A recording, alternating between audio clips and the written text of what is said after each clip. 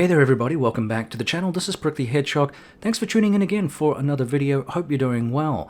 Now today I'm going to talk about the hardware that I use for my flight sim experience. That is my basic rig and the equipment that I have for flight control inputs in the game.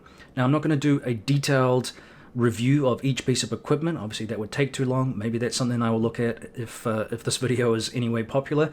But just a rundown of my rig, what I use, why I purchased those things, and how I found them for this particular sim. So obviously I own a HOTAS, I have pedals, I have some mounts for the HOTAS, TrackIR, and then also a very large monitor, which is a curved monitor. It's an Acer brand. That's been very helpful as well. I love the curved nature of it. I haven't delved into VR yet.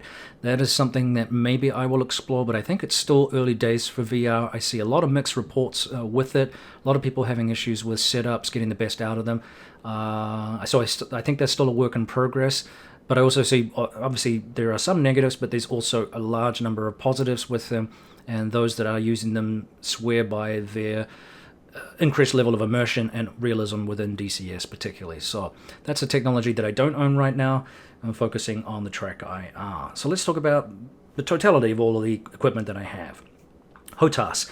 Obviously, I'm using probably the industry standard right now, which is the Thrustmaster Warthog, which of course most of you will know is a replication of the devices found in the A10 Warthog itself. So that is, it mimics as a replica the throttle quadrant and also the flight stick as well. And that flight stick was based on the F-16, so it doubles up really nicely for two aircraft in the game, the F-16 of course and the A10C. And I really like this piece of equipment. It's really well made. Features a lot of metal, particularly in the joystick as well. The whole centerpiece for the grip itself is metal. The buttons are of course plastic. You've got a lot of buttons to choose from, lots of hat switches, lots of sliders, and at least in the throttle quadrant. But like I said, very well made. And you can of course download maps for what the various buttons do. So if you're struggling with that, there are PDF files available. I just did a Google search to work out which buttons were doing what in DCS, because it's while the controls are nicely defaulted and laid out, then you have to try to work out what the various buttons do, and if you want to change them, you may you don't want to conflict anything. So there's a little bit more layers that you can use these things for. I use the slider on the throttle for the zoom in cockpit, which is really handy. And but the world's your oyster with this many buttons, and you can do all sorts of things with them.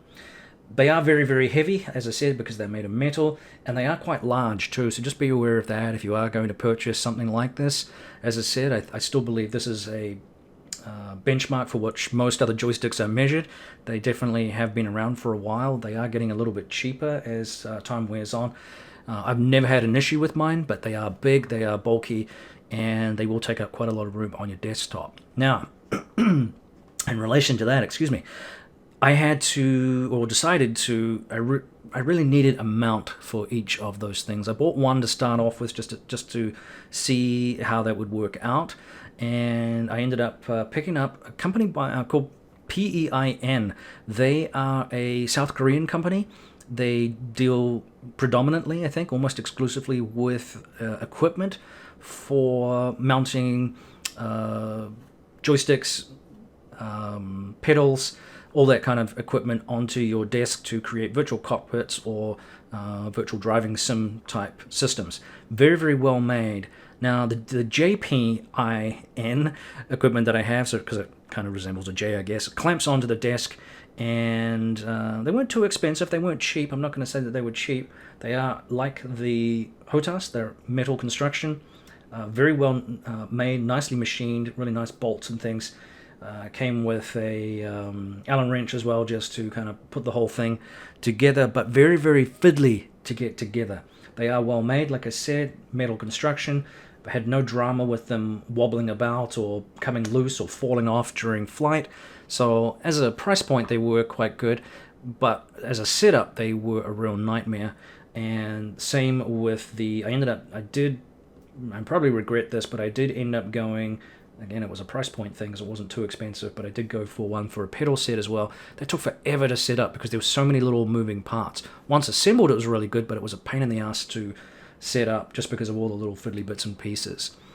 So if I had my time again, maybe I would go for a different product, but overall I'm very satisfied now that it's set up, and it's pretty easy to adjust the height and the distance from the desk as well. So I recommend them, but just be aware if you are going to spend some time having to get them set up to assemble, and that's the only drawback with those particular pieces of equipment. All right, let's move on to pedals. VKB Sim T-Rudder. That is I guess a sanctioned piece of equipment from DCS that came as an official product. And I thought long and hard about this. Again, this came down to price point. They're not cheap, but after a CH product that I had for pedals, I just got tired of the wiggly kind of pedals. They just weren't doing what I wanted to do. They were kind of loud as well as they moved. Very plasticky. They served me well for many, many years, but it was time to upgrade. And so I looked long and hard at these pedals.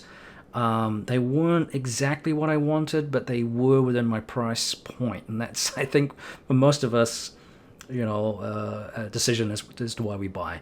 Now, similar to the Thrustmaster product, the VKB Sim pedals, the T-Rudders, they're Mk.IV. They are all metal construction. They're very, very precise. They're very nicely engineered. They don't take up too much room under the desk. They sit nicely on the carpet and don't move around.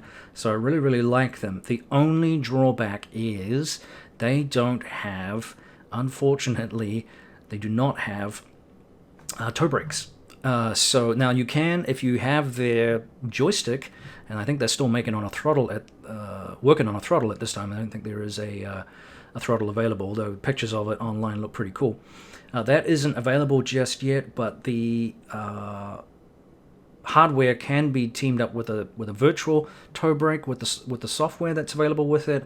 And unfortunately, I don't own, of course, the throttle. Excuse me, not the throttle, the joystick. So technically, I don't have toe brakes, which isn't generally an issue. Most of the aircraft that I fly have nose wheel steer, but any of the warbirds are really, really problematic. Now, you can kind of wiggle it around. You can kind of do stuff with it based on the default setups in the warbirds, but it would be more ideal to have toe brakes, I think, to have better control over those aircraft, because I'm finding I need something else that's just not making me enjoy maneuvering those aircraft on the ground. So that's the only drawback with that. Other than that, like I said, really, really well made. Machined aluminium and steel. It's just really, they're really nice pedals. Very, very precise. Great for helicopters too if you are into those. I recommend them for that, but that is the only downside of that particular piece of equipment. Other than that, man, it's fantastic. All right, so TrackIR, you got to have it, and it's such a great piece of equipment if you don't own a VR set. TrackIR is it's not cheap, but again, it's a must-have for being able to look around the cockpit and just again build into that immersive feeling that you get when you're able to look around your own aircraft and see what's going on. Because you need to have your eyes out on the horizon and looking around you, and then you need to be able to delve down and look at the controls, look at the radar and stuff like that, your DDIs or whatever. So having TrackIR just revolutionizes that whole flight sim experience. I definitely recommend it if you don't own one and you can't afford VR like a lot of us. That is the next best thing. Certainly having stuff mounted to a hat switch or something like that, it's just not the same. The ability just to turn your head and look, it's not perfect. I find it goes out of whack. Sometimes you have to readjust it. Sometimes you're not necessarily sitting exactly where you want. But it can be recentered pretty quickly and you can carry on flying without too much drama. So really, really good piece of equipment. So that really brings us to the end. Like I said, I do own that monitor, and it serves two purposes. One, it gives me a really nice screen to look at when I'm flying. Obviously, it's not going to be quite as good or immersive as a VR headset. But one of the other things that I bought that monitor for was the recording and the editing that I do, you need a big monitor to be able to move things around and pull different bits and pieces. You need that screen space to do that, and it's very hard to do that with a smaller monitor. Having that curved experience as well really is kind of cool, and I recommend that. So those are the 5 or 6 pieces of equipment that I own, and you can take it or leave it as a recommendation. It's more just a rundown of what I own, and I hope that was something helpful. If you're wanting more details, I'll put links in the description below so that you can check them out. And if you are in the hunt for equipment, maybe this will help you, maybe it won't. Let me know what you fly, what you think. I'm always curious about how people are experiencing VR right now, like I said, which I think is more of a new piece of equipment at this time. Even though it's been out for a while, it still feels to me that it's ongoing in its development. I think eventually a lot of us will be definitely using it as a standard, but we're not quite there yet in terms of the software and the different hardware that's coming out. It still feels like it's fairly new technology, although it's very cool. So, all right, that's enough waffle. Thank you for tuning in again, and all the likes and subscribes are very, very helpful. Keeps the channel chugging along. Wherever you are, whatever you're doing, hope things are going well. Carry on flying, guys. This is Prickly Hedgehog out. We'll see you around. Cheers.